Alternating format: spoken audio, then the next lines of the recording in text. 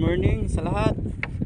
Ito na yung ating unang direct tripod 2. 4 na araw na galing sa pag-apply natin ng herbicide.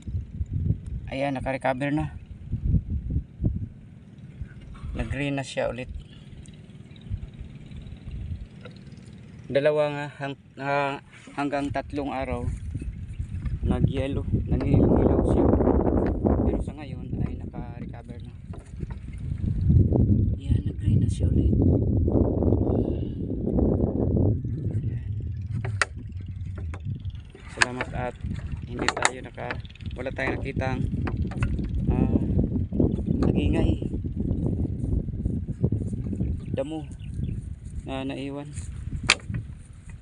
dahil marami-rami ito dito na unang nabuhay kaysa ating palay, pero sa ngayon hindi na tayo nakakita.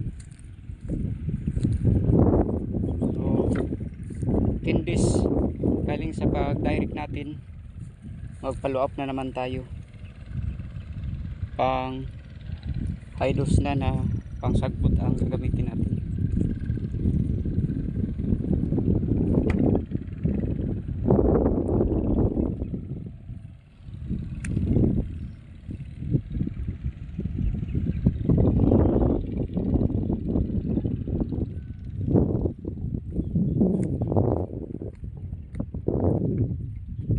Hindi pa na katubig, wala pang malakas-lakas na ulan dito.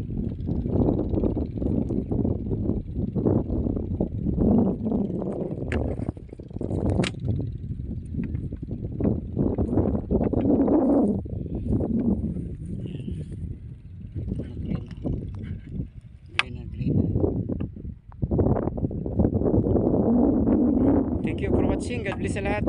Happy farming.